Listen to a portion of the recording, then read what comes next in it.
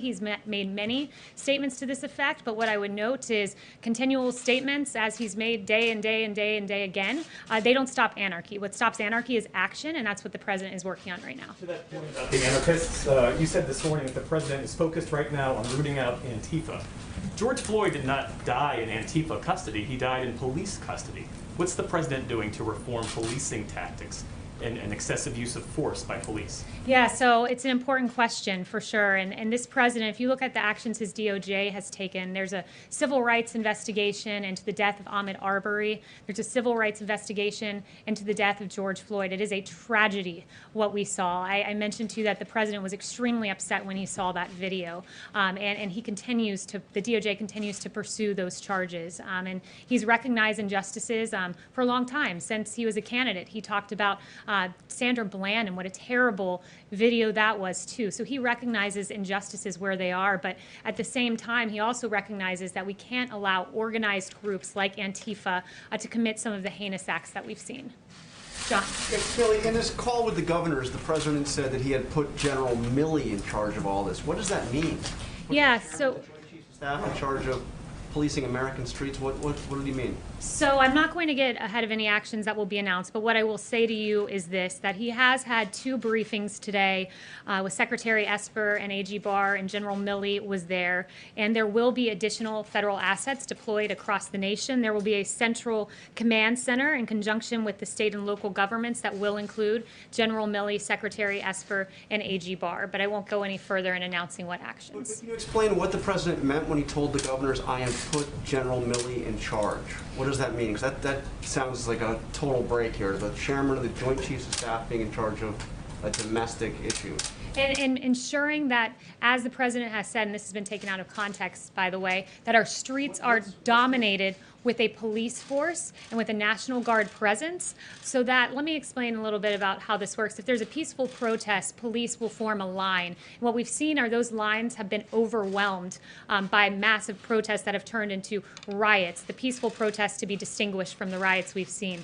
And when those lines are overwhelmed, law enforcement gets on the defense. So what the president has said is he wants to dominate the streets with National Guard, with a police presence, and what studies have shown, as General Milley noted, he was in that governor's call, and his points all pertain to the National Guard, and he noted that there are several studies that when there's an overwhelming National Guard presence, it actually de-escalates the situation and causes less civil unrest. So General Milley has really been on point in talking about the National Guard, the effectiveness, and ensuring that they're utilized to great effect across the country. What's been taken out of context? Because I mean, I have the exact quote. It's a very simple one. He just says that he has put General Milley in charge.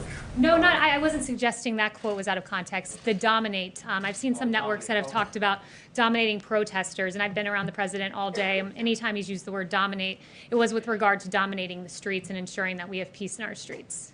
Yes. Yes, Scott, thanks.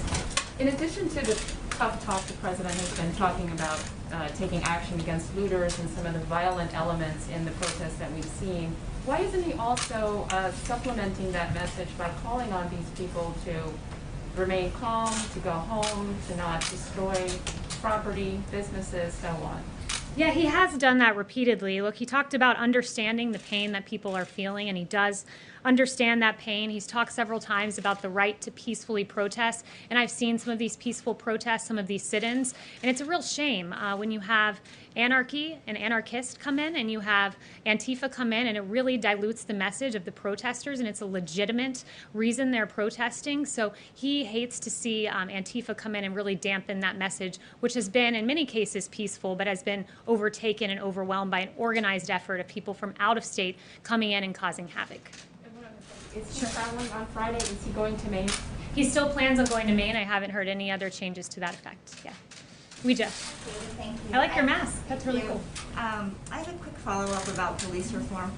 National Security Advisor Robert O'Brien says he does not think there is systemic racism among law enforcement in the U.S. Does President Trump share that view? Look, I think where the president stands is he does not believe, he fundamentally rejects the idea that these egregious actions of these 4 Minnesota officers are representative of our police force as a whole. Most of our officers in this country are good, hardworking men and women who work every day to police our streets. He's recognized cases of injustice. I noted Sandra Bland back when he was in the primary. I've noted more recently Ahmaud Arbery and then George Floyd. So he recognizes these injustices. He puts a focus on them, but he also recognizes our valiant police officers who have taken to the streets each and every night over the last 6 nights and protected our communities. And on Antifa, can you explain what the legal authority the president is for designating Antifa as a terrorist organization? And can you also talk about why he does not want to label white supremacist groups that are domestically located as terrorist organizations as well? So let me address the first part about legal authority. Title 18, Section 2331 allows that the term, it defines domestic terrorism as involving acts dangerous to human life that appear intended to influence the policy of a government, and other elements are laid out, and it allows the Department of Justice, when utilizing this statute, to invoke greater investigatory authority and to invoke harsher penalties. I would note that the Justice Department has in the past used domestic terrorism in consultation with acts of white supremacy or what were racially motivated acts. Like in April 2020, a Florida man pled guilty to threatening an African-American Charlottesville City Council candidate. And at that time, the FBI Joint Terrorism Task Force was utilized. Same in the case of February 2020, where it was used in connection to 4 racially motivated violent extremists. And I would also note the president's long history of condemning white supremacy and racism. There is no place in society for these egregious, despicable ideologies. Jen. Why haven't he designated any white nationalist groups as terrorist organizations? It has been used. I explained how in this case that domestic terrorism will be used as a way that the crime is prosecuted. It's a prosecutorial method, and it was utilized in the same exact way with regard to white supremacy. Yes. Kaylee, on the Minnesota police officers, is he suggesting that they should be charged as well as the officer who's already been charged, the other 3? And also on Antifa, can you explain a little bit about how would he know, or how is he talking about how you would identify members of Antifa? Since they're a very loose organization, it would be very difficult to tell who is part of Antifa. So first, I was just on the call with the president where he expressed his dismay with those 3 officers who watched. I'll leave it to the state to pursue those charges if they decide to. It was the state that pursued the initial charge, but the president has expressed his complete dismay with those actions. With Antifa, I do think it's important to note that they are a big element of this protest. AG Barr has noted that. Ambassador O'Brien has noted that. We have ample evidence that DOJ has received indicating that Antifa is responsible for that unrest. But as to exactly how Antifa is identified, that would be more of a question for DOJ. Yes. When you talk about additional federal assets, does the president have authority to deploy forces across the country beyond the National Guard? He does, and look, we're looking at every tool in the federal toolkit available to us. You know, ideally, this would have been resolved at the state level. The states, after all, have the police power embedded in the 10th Amendment, and it is their responsibility to patrol their streets. But you're right to say that there are many federal authorities, including the one you cited, available to us. Did you bring this up with the governors in the phone call today? The focus of the call with the governors was really the National Guard, not that specific tool in the toolkit that you mentioned, but the National Guard and how it should be utilized much stronger than it's currently being utilized. Yes, I will go to, let's see, Jeff. Okay, thanks. Following up on what John was asking earlier, Governor Whitmer, she said she found the president's call today deeply disturbing, and she said the president told the governors they need to put it down or they would be overridden.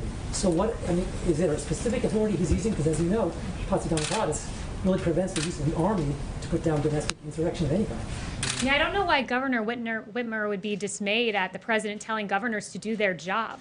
It is their responsibility to police their streets. They have the police power embedded in the Constitution. They have quite clearly, many of them, failed to do their job. Look at the scenes we have seen.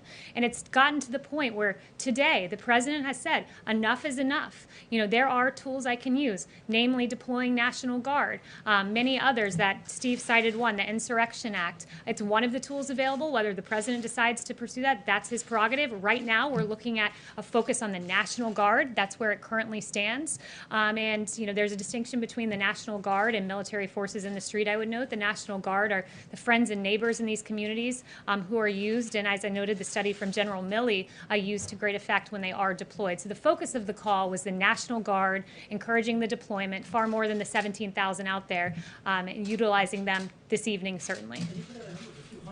Would you like to see 100,000 National Guard on the street or I 200,000 right now? I won't put a number on it. I think it's incumbent on governors to look at the situation. You know, a case in Texas might not merit the same thing as, you know, New York City. So he's encouraging the governors to up those levels, but there's not a specific number that he has in mind. David. So Haley, there is a perception that the president is hiding in the bunker on the racial protest issue. He was literally put in the bunker on Friday night by the Secret Service.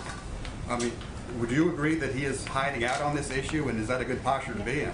I would not agree with that at all. Look, I was on the phone with the president at least half a dozen times yesterday, and every time I talked to him, he was telling me about a different action he had taken, whether it was talking to a governor about this or a foreign leader about ventilators. This president has been leading. He met with generals yesterday. He's each and every moment taking another action to try to solve and resolve what we've seen in our streets where the governors have failed. He's stepped in. He's acting. He's hard at work. You've heard from him on this issue any number of times, and he's working because that's the job of the president, is to keep this country safe. But we haven't heard him on camera that much. Is he going to give some kind of speech or a specific event about, you know, all these disturbances in hundreds of cities? I really think that that's a misnomer in the media. You know, it was really appalling, some of the coverage I saw, like the New York Times yesterday made no mention of the myriad times that the president has spoken on this issue. Instead, in paragraph 14, they made a cursory mention of his remarks at Space Force, most of which, at least half of which, pertain to George Floyd. There was a Washington Post article with an egregious headline about Trump staying silent. He hasn't been silent on this. I have a whole list of his remarks there, and instead, paragraph 23, they note, oh wait, we're contradicting our own headline. The president did in fact make remarks. Contrary to the silent headline, you had Don Lemon on CNN saying at 9:38 p.m. on Saturday night, the president's been silent. Ironically, that comment came 4 hours after the president was quite audibly speaking at this issue. I was there for the remarks, and then you had CNN double down the next day, Sunday afternoon, saying the president was silent. And you know, I don't want to bore you with reading out all of his statements, but it sounds like I should read a few, like the president saying it's a grave tragedy that filled Americans all over the country with horror, anger, and grief, and I stand before you as a friend and ally to every American seeking justice. He said, I understand the pain the people are feeling. I can go on, but I would just be repeating what the president has already said, because make no mistake, this president has not been silent, and at this moment, he is acting to protect this country from the lawlessness we saw just out here in Lafayette Park last night. Yes. In a particularly egregious act, St. John's Church, Church of the Presidents, was targeted last night. Graffiti all over, set on fire. What is the president's reaction to that, please? It's hurtful, honestly. I think it's hurtful on a number of levels. Look, the VA was defaced. Literally the word veteran spray painted out of the placard in front of the Department of Veteran Affairs. The Lincoln Memorial defaced. How does that make much sense? The place where the March on Washington began, that momentous occasion in the history of civil rights, that memorial was defaced last night. That doesn't honor the legacy of George Floyd. It doesn't. And certainly not the burning of St. John's Church.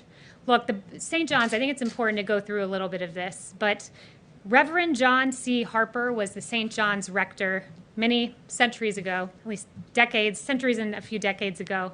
And here's what he was told. He was told he needed to close St. John's because he couldn't leave it open for the March on Washington because, quote, it might be a bloodbath. But he stood boldly. He stood boldly and he stood on the side of justice. And on the day the March on Washington happened, here's what was sung from that church. One family on earth are we throughout its widest span. Oh, help us everywhere to see the brotherhood of man. And of course, we know that the March on Washington ended with Reverend Martin Luther King Jr. giving that incredible speech, "I Have a Dream." And that church, the same church that was burning last night, here is what they said, taking that bold stance to support Martin Luther King. They said this church building is open as it has always been, so all who want to worship here. The ministry of this parish is extended to any who seek it. Our fellowship with one another has no limitations whatsoever. That church supported the bold civil rights moment of the March on Washington, which began at the Lincoln Memorial. That doesn't honor the legacy of George Floyd. It doesn't further the cause. And those are violent anarchists, Antifa, who are taking advantage of the pain of people, the pain of the peaceful protesters. It's inexcusable, and we have to stand as one America against the burning of the church and the defacement of the Lincoln Memorial. Chanel. Haley, is it possible that DC will be placed under martial law in order to protect these national monuments from further destruction? And second, under the Civil Rights Act of '68, will this administration investigate either members of Congress or political organizations who are funding or tied to Antifa moving forward? Yeah, you know, on Antifa, I think at this point we're pursuing the domestic terrorism angle. That's what the DOJ has decided. And what was your first question was about martial law? Law to protect national monuments in DC. Yes, so I have not heard that discussed. Any other questions? Yes. Thank you. Can you confirm a phone call earlier today between Presidents Trump and Putin? And if so, considering what the President said to governors later in the day, did he ask President Putin for advice on how to quell unrest in his own country? I don't have any details on that call. I wasn't a part of it, I'm not entirely certain what was discussed, but the call did take place. Yes.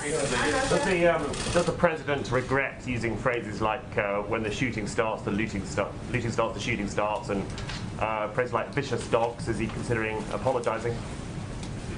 So the President, on the looting point, he was taken wildly out of context. Twitter, it's interesting to watch. I've seen multiple instances of real incitement of violence on Twitter, but they've never penalized those users. Like, for instance, Iran. We've seen horrific tweets from the Iranian regime about the elimination of the Zionist regime, to quote them, and that was never flagged. Interesting that their gut instinct was to flag the President, and they did so in an accurate way. The President very clearly laid out what he meant by that tweet, that looting leads to shooting, and we have seen the unfortunate killing of one person in Minneapolis. There were 7 people shot in a St. Louis riot a few nights ago, and the President clearly laid out what he meant. But it is interesting to watch the gut instinct of Twitter to go ahead and label what the President said as somehow inciting violence, which it absolutely was not.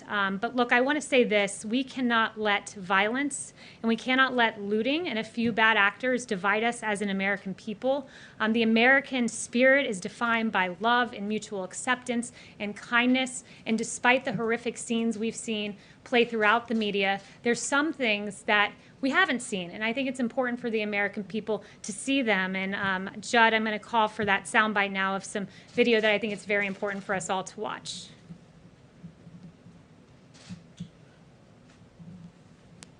We want to be with y'all for real. So I took my helmet off and laid the batons down. Yeah. I want to make this a parade, not a protest. Come on. Let's walk.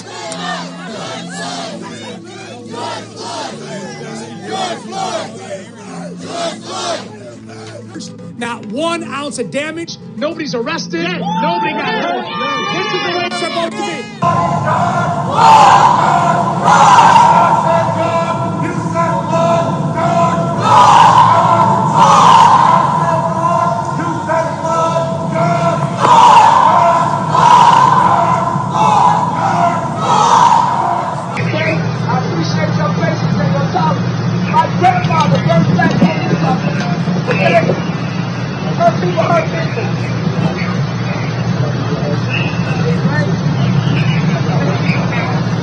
I don't want them to be hurt. Don't hurt them no more. I love you, man. I love you, man. I know you're doing great today. I got this shit out. That's the way you get your ass looking today. I love you. Louisville, a human chain protecting an officer separated from his unit. We're here with you. All right? We're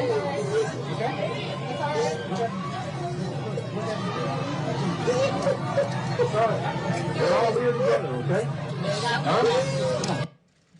Across the country, we've seen examples of police protecting protesters and protesters embracing police, and it's been beautiful to watch, though those images have not been played all that often. And I just want to leave you with a quote from Martin Luther King Jr. that we must learn to live together as brothers, or we will perish together as fools. Thank you.